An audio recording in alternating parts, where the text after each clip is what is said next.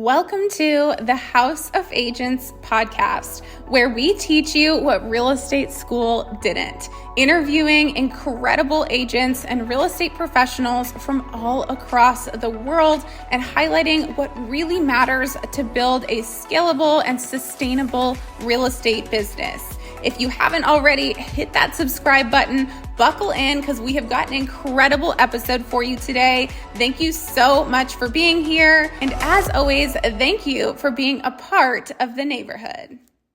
Hello and welcome to the House of Agents podcast, where we teach you what real estate school didn't, which no knocks on real estate school, but let's be honest, it doesn't teach you much of anything about how to survive in the real estate industry and how to truly apply your knowledge to getting deals done, to running a successful business, and to understand how to truly navigate all the ups and downs that come within the real estate world.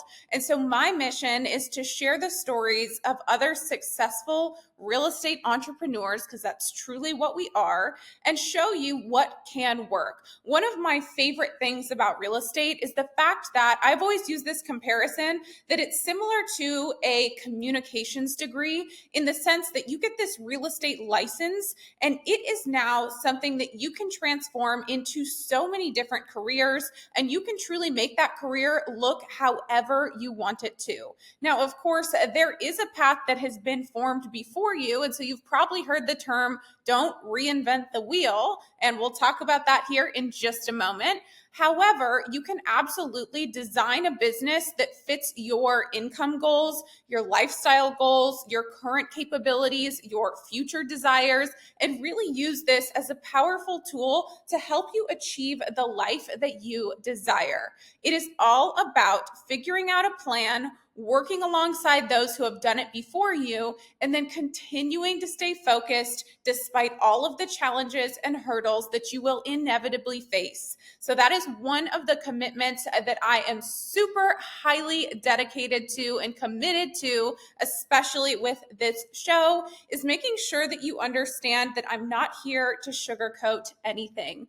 The real estate industry can be challenging, and that's why I think it is so important that we have a collaborative approach to this career and to this industry. The more that we can really rely on one another as real estate professionals, learn from other people's experiences, other people's success, other people's failures, and apply that to our own practice, the better off we will be. And so in this first episode, we are officially relaunching the show. I wanted to reintroduce myself and then give you a couple of key things that I think are so essential for success in real estate, especially in the current landscape of the industry. So first things first, for those of you who are new here, my name is Tessabella, and believe it or not, I have actually been in the real estate industry now for almost 10 years, which is kind of absurd to say. It feels like just yesterday, and at the same time, I feel like I've been doing this for about 100 years. So it's somewhere in between, but it has been almost 10 years. I got started freshly into college. I was a spry little 18-year-old. I had just moved down to Arizona from Oregon with basically no plan. I just knew that I wanted to get out of my small town. I wanted to go somewhere where it was sunny and beautiful because I was so sick and tired of the rain. I wanted to play golf, and I settled on Arizona. So here we are in Arizona in 2014. And like I said, I didn't have much of a plan. And so I also didn't have much prepared. And I didn't have anything that I was coming from that could give me that boost or that stability. And so I quickly dove into the world of working 3 different jobs at a time while going to school at Arizona State University. And through my different jobs, I was a server, I was a barista, which is the one I talk about the absolute most, And I also worked as a consultant in the wedding industry, which was a totally different path than what I expected for my life. But as I was doing these different things and going to school and playing golf, I had very little spare time, as you can imagine. And I did spend that little bit of spare time. I loved watching HGTV. Now, I know it sounds a little bit silly because for those of us who are in the real estate world, we know that HGTV is not really anything like what really goes on. But I was so infatuated with these shows, specifically the flipping shows. So, more specifically, Flip or Flop. I absolutely loved that show. And in the few hours that I had where I wasn't working or trying to catch 1 to 2 hours of sleep, I was watching and rewatching reruns of Flip or Flop from HGTV. I absolutely loved the concept of taking a house that had so much potential and turning that into something beautiful, obviously turning an incredible profit from it, and just being able to see the potential in what could be. I feel like I've always sort of had a natural eye for seeing a space and seeing what could transform from that. I'm a very future focused person. And so I love thinking about, okay, this is the current situation. This is what it could be. What do we need to do to get there? And so obviously that applies to flipping houses, but it also applies to now everything else that I've done in business, in life, in marketing, in my mindset, in absolutely anything. Those principles apply. And so I started, and I was going to ASU at the time, but I was going for sustainability and computer science, which is the weirdest double major you can imagine, but I was doing it. And neither of those things really had anything to do with what I now wanted, which was in the real estate space. And so I always joke that I then enrolled myself in the University of Google. And I was so committed to figuring out how to flip a property. I knew I wanted to do it. I knew it was possible. And so I plugged in and I started researching. Now, at the time, I plugged into a bunch of different blogs and forums and watching YouTube videos. And I stumbled across Fan Merrill and Fortune Builders, which, if any of you are familiar with that program or those names, that's probably going to make you chuckle a bit, because that was like one of the OGs of real estate investment coaching. But at the time, I believe the program was like $20,000 or something, which absolutely was not going to happen for a broke little college student. So I hate to admit this, but I did do this. There was like sort of a pirated version that I could find on these blogs. And it was somebody recording the recordings of these different lessons and trainings and all kinds of stuff. So I went through all of the trainings that I could find, as well as watching and reading whatever else I could get my hands on. And I had the confidence to begin the process. And so now I knew that I needed somebody to fund the deals, because I certainly did not have enough money in the bank to handle doing that. And so what I did do is I applied some marketing skills that I knew that I had, and I put together this PowerPoint presentation. And it's so funny to laugh about and look back on now, because I had like all the transitions where the slide would like spin out of the screen, and as if that's going to make a difference, I thought this was the coolest thing you can imagine. So I went out and I started talking to anyone and everyone that I could. And I've always loved the phrase, because by nature, I'm a bit of an introvert. Like, I tend to be more reserved, a bit more to myself. I definitely recharge by being alone and just in my own domain.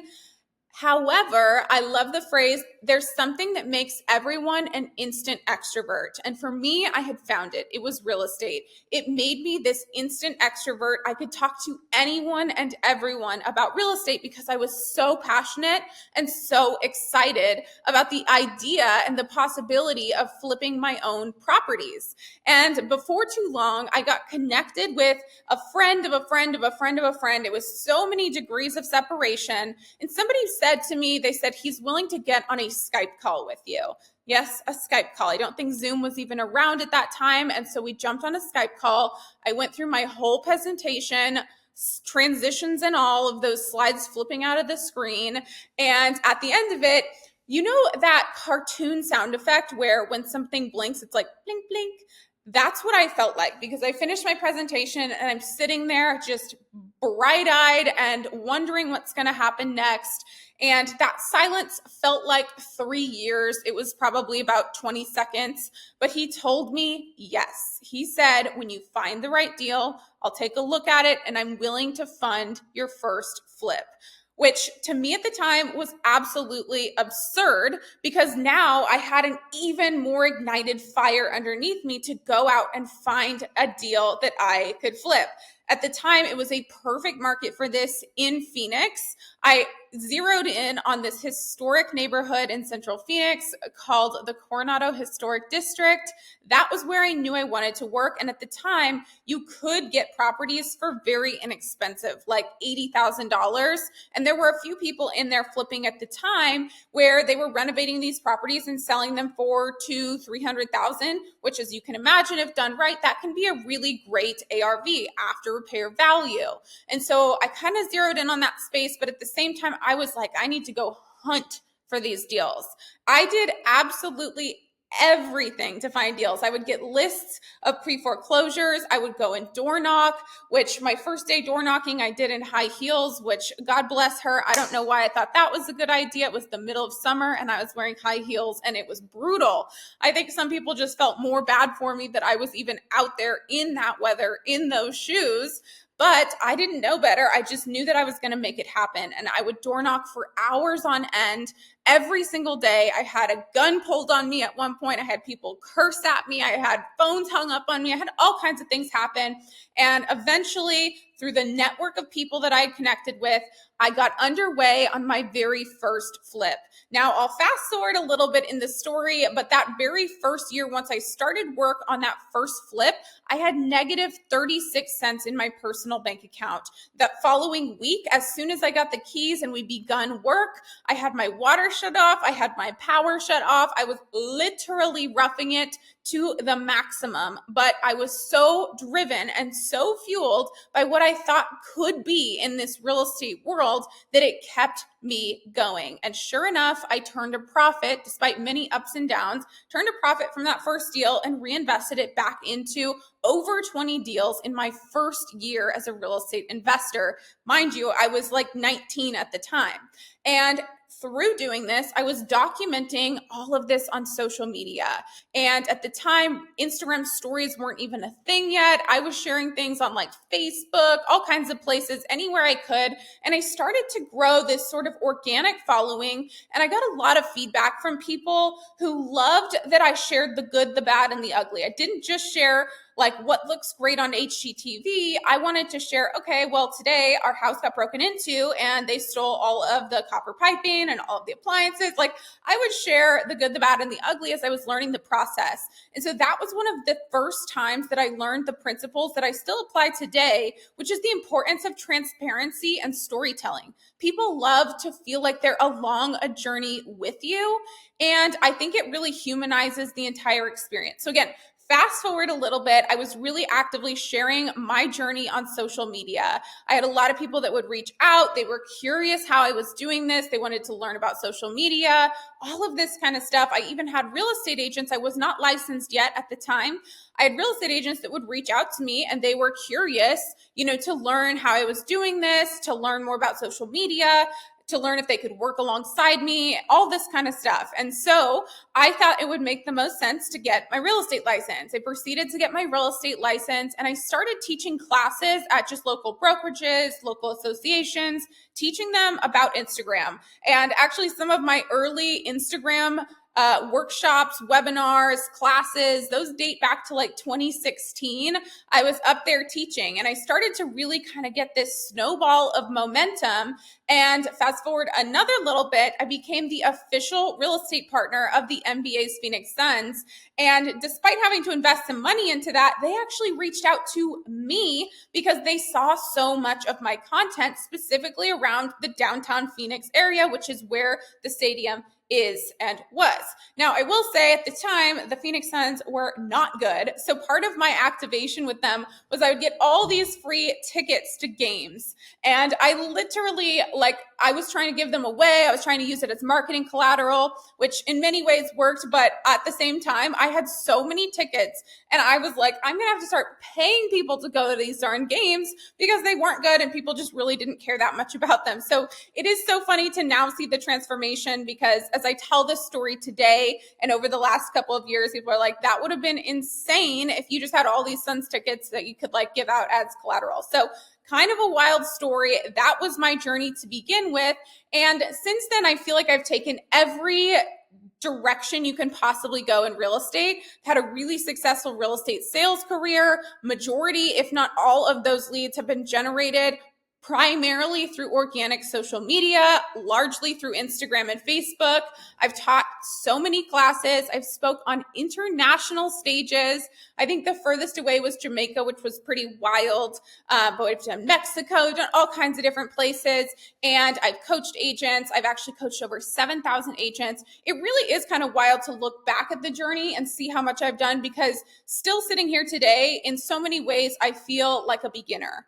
And I think that that actually is a blessing and a lesson in itself, that if you continue to be a student of the world, sort of a student of life, you will continue to learn and evolve. And I think it's really good to proceed through what you're doing, of course, with your expertise, but also still feeling like I have a lot that I can learn, and I'm excited to keep learning and to keep applying this knowledge to my profession so I can continue to improve, continue to get better, and continue to help so many people. And so I glazed over a lot of things in that story. There really is so much more to it, but I don't want to make this just entirely about me, because I do want to share some of the key things that I think are so essential for a real estate professional today in 2024, going into 2025.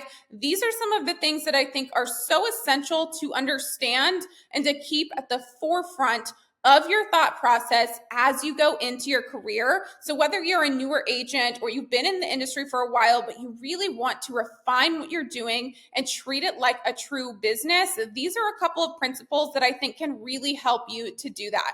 And so first thing is first is you do have to treat it like a real business. See, a lot of people get into real estate and this ends up being one of their first times as their own boss or as an entrepreneur. You may have come from a different career. Maybe you tried a couple other things. Maybe you've been employed more traditionally. But for majority of people, real estate tends to be sort of that first dipping your toe in the water as your own business owner and operator. And that can be a totally different ballgame than anything else you have ever done. And so my first piece of advice is to treat your business like a business. And now that may sound a little like, okay, well, what exactly do we mean by that? I mean, you need to be tracking everything that's happening. So data is your best friend. We have a phrase we use often here that is data over drama. We do not make any emotional decisions on what we're doing. We operate purely off of data of what works and what doesn't work. And so the more that you track things, especially from the beginning, the easier it is to see, okay, this is bringing me a direct return on my investment, a direct ROI of my time, effort, and energy. I should be doing a lot more of this. Or, hey, that is actually not generating much of anything and it's taking a lot of my time. It's giving me virtually no ROI. That's probably something I should eliminate. If it's necessary, maybe I should delegate it to someone else. Maybe I can automate it by leveraging some different tools and systems. But now I get more and more clarity every single week and month that I review our business, because I see, okay, this should be removed. This should be doubled. This should be focused for this next week, month, quarter, right? And so it's been really, really powerful to treat your business like a business. Now, inside of our free real estate community called The Neighborhood, we do teach a lot about this. And so when I keep referring to we, you will see mostly me on this podcast, as well as all of the incredible agents that I interview. But really everything that I do is run with my incredible partner, Ramon Casaus. Now, he has a truly incredible story too. We'll have him on here at some point to tell his journey and his story in real estate, but it is such an incredible story.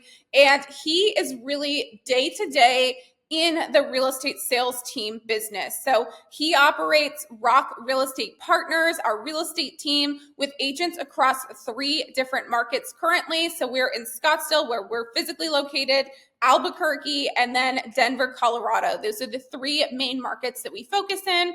And he absolutely just crushes it on the real estate sales sides of things. So over 2,500 transactions. There's a lot that we have learned from each other, from running a team, and from doing this both separately and now together. So it's really cool to align our skill sets, our expertise, our experience, and bring so much knowledge to other people in the real estate industry. And so we do have a free realtor community. It's called The Neighborhood. You can find it, if you are not familiar with it, by typing in The Neighborhood School, SKOOL. That's the platform it's on. Or the easiest way, honestly, is just to connect with me on Instagram. It is the first link in my bio, or you can always shoot me a DM and I'll send you an invite. Like I said, it's completely free. And inside of there, we have free courses, including our signature program, which is $100,000 in commissions in 90 days. And you'll notice that a large basis of that program is about tracking your numbers, tracking your data, because the more you do that, the more this really becomes an equation. It is all about the equation, the numbers. If I want X amount in income, I need to do X amount of deals. I need to do X amount of prospecting activities to generate those deals, to close them into income. It really becomes a math problem. And then from that point, it's just about adjusting how you dedicate your time to it and really fine-tuning your skills. So that is key point number 1. Key point number 2 is I'm a huge proponent of social media. As mentioned, I did the majority of my real estate sales through organic social media. That was my primary source of lead generation, and still to this day generates a ton of leads for me. In fact, at this point, it's the majority of my referral deals because I'm present on social media and I'm always sharing content and connecting with other people in real estate.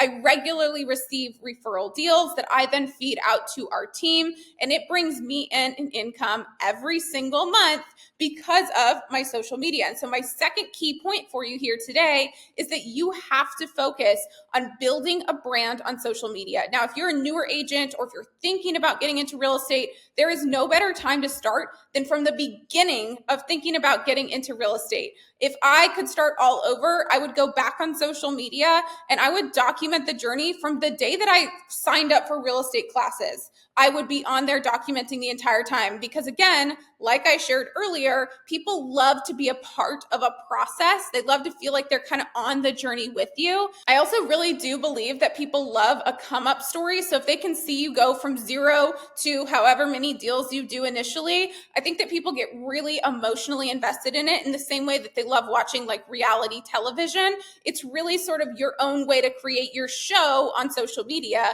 but also it's really powerful to have this presence because before you know it, you cut through so much noise. You're that first person that people think of. You've probably heard the statistic that the average person knows 9 other people in real estate. And so if you want to be the obvious choice whenever it's time for them to make the decision to actually get into real estate, that is what you want to do. Is you want to make sure you're really present on social media so that you are that obvious choice for them, because you're going to just be showing up so often that the second they think about real estate, they think about think, oh, that is the guy or the girl to help me accomplish whatever goal I have in real estate. Now, my third point for you is to select a niche and really hone in on it.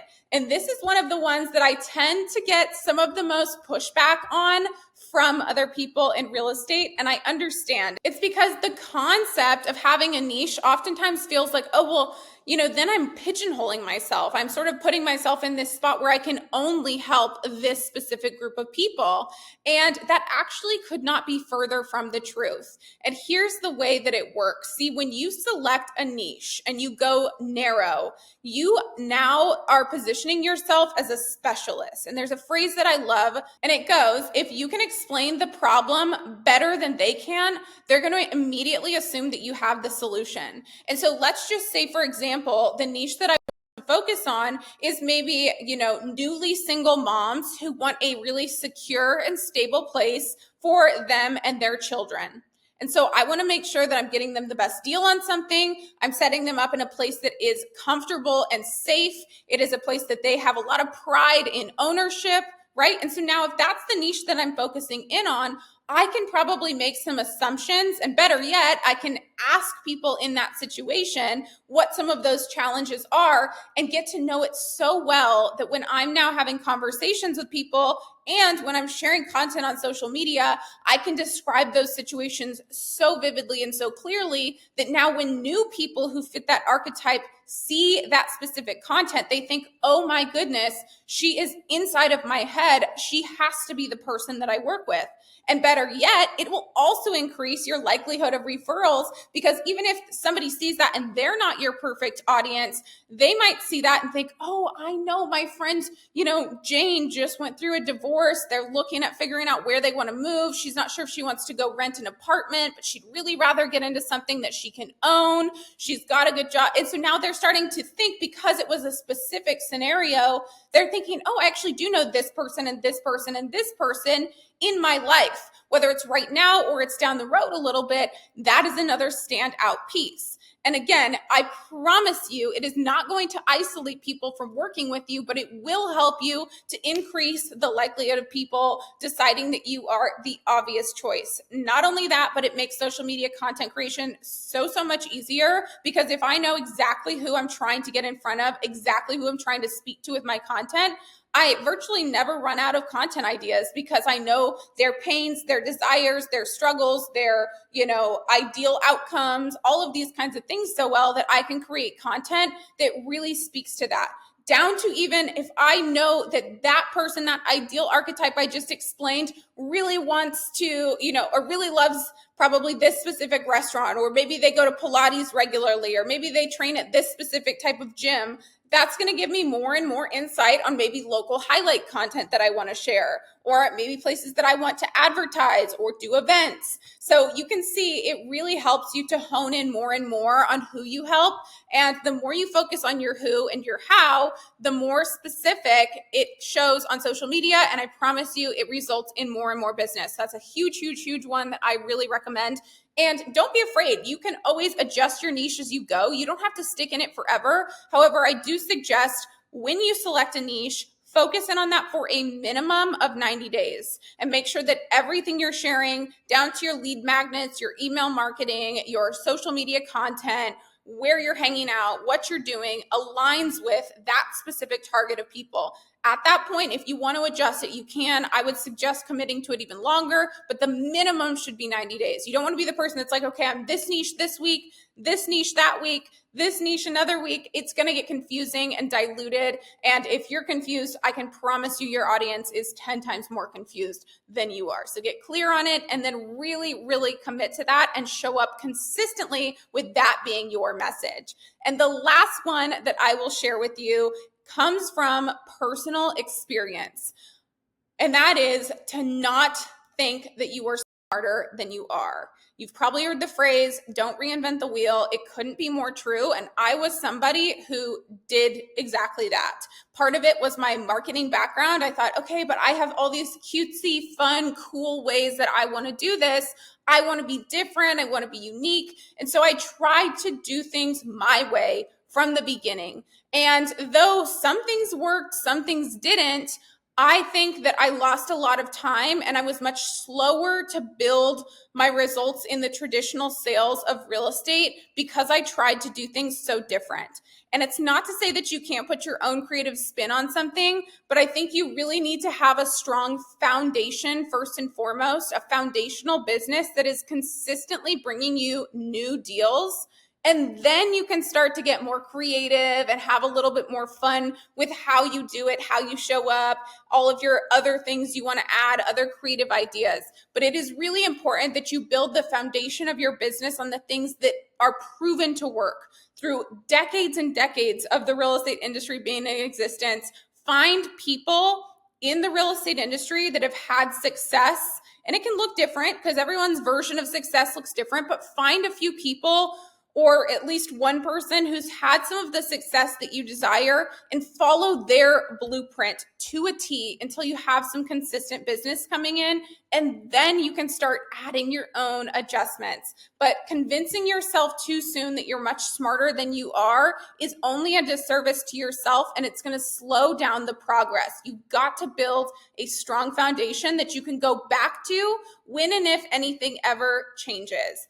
That is one of the biggest mistakes that I made, and that I would absolutely go back and do over if I was given the chance. And so that is something, no matter where you are in your current career, that I think is essential, is select a foundation and stick to it and build that to be consistent. And then you can start trying all these different things. But real estate professionals are notorious for shiny object syndrome. We see all these fun, cool new things. We're marketed to by millions of different companies that say they can generate you leads, they can build you a website. You need this, you need to do YouTube, you need to do that. And before you know it, you're spread so thin and you don't have any deals coming in consistently from tried and true prospecting methods or some sort of foundational system. And instead, you're just sort of like 10% doing 100 different things instead of 100% into 1, 2, 3 things. That really will make a massive difference. And then you'll have more income coming in to reinvest into those other fun, creative strategies. So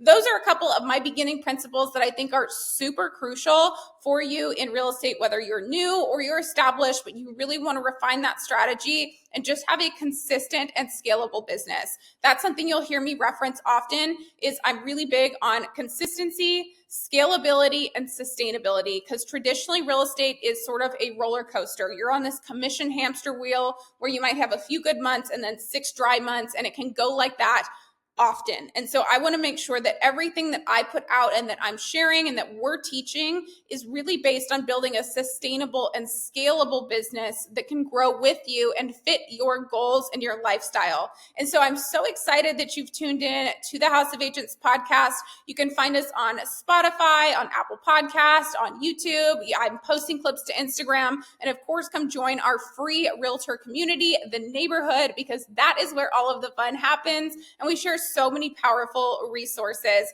In the upcoming episodes, I'll be interviewing some of my favorite powerhouse agents. And if you think that you have an awesome story or you want to highlight some of how your real estate career has gone, I would love to interview you. So please reach out to me, because I want to put a spotlight on everyday agents who are absolutely crushing it. And that doesn't just mean in sales volume or deals. There are so many different ways that you can be successful in the real estate space and that you can create momentum and movement. And so I would love to connect with you. Thank you so much for tuning in. Be sure to hit subscribe, because we've got some incredible interviews for you. And I will see you guys next week.